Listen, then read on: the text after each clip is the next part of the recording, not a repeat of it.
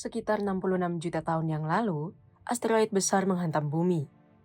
Hantamannya sangat besar di benua Amerika.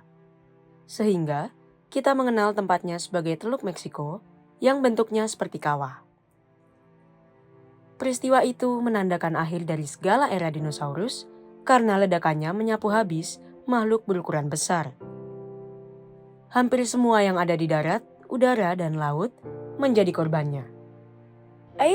Namun, kali ini kita tidak membahas dinosaurus, sahabat. Peristiwa kepunahan besar akibat asteroid ini menyisakan spesies kecil yang dibenci banyak orang zaman sekarang. Yap, kecoa. Mereka selamat dari malapetaka global. Lantas, bagaimana kecoa bisa selamat? Brian Lovett, peneliti pasca doktoral di West Virginia University di The Conversation menjelaskan kehebatan kecoa yang menjadi penyintas peristiwa besar itu. Seperti diketahui, dampak peristiwa itu sangat luar biasa, menyebabkan gempa bumi besar, dan para ilmuwan berpikir itu juga memicu letusan gunung berapi ribuan kilometer dari lokasi tumbukan. 3/4 tumbuhan dan hewan di bumi mati, termasuk sebagian besar dinosaurus, kecuali beberapa spesies yang merupakan nenek moyang burung masa kini. Dengan semua yang terjadi akibat tumbukan itu, faktanya kecoa selamat di saat yang lain tidak. Menurutnya, para kecoa ini diperlengkapi dengan baik untuk hidup melalui bencana meteor. Saat meteor menghantam, suhu di permukaan bumi meningkat dengan pesat. Banyak hewan tidak punya tempat untuk melarikan diri. Tetapi kecoa bisa berlindung di celah-celah tanah kecil, yang memberikan perlindungan yang sangat baik dari panas. Tabrakan meteor memicu serangkaian efek, menyebabkan begitu banyak debu sehingga langit menjadi gelap. Saat matahari meredup, suhu turun dan kondisi menjadi dingin di seluruh dunia.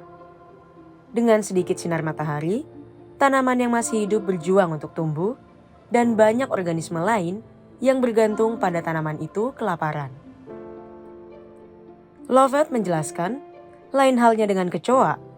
Meskipun tidak seperti beberapa serangga yang lebih suka memakan satu tanaman tertentu, kecoa adalah pemakan segala, atau omnivora.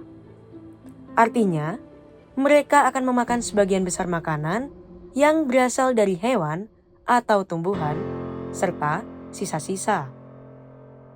Beberapa jenis kulit dan bahkan kotoran. Memiliki selera makan yang tidak pilih-pilih telah memungkinkan kecoa untuk bertahan hidup di masa-masa sulit sejak kepunahan Chicxulub dan bencana alam lainnya. Sifat lain yang membantu adalah bahwa kecoa bertelur dalam kotak pelindung kecil.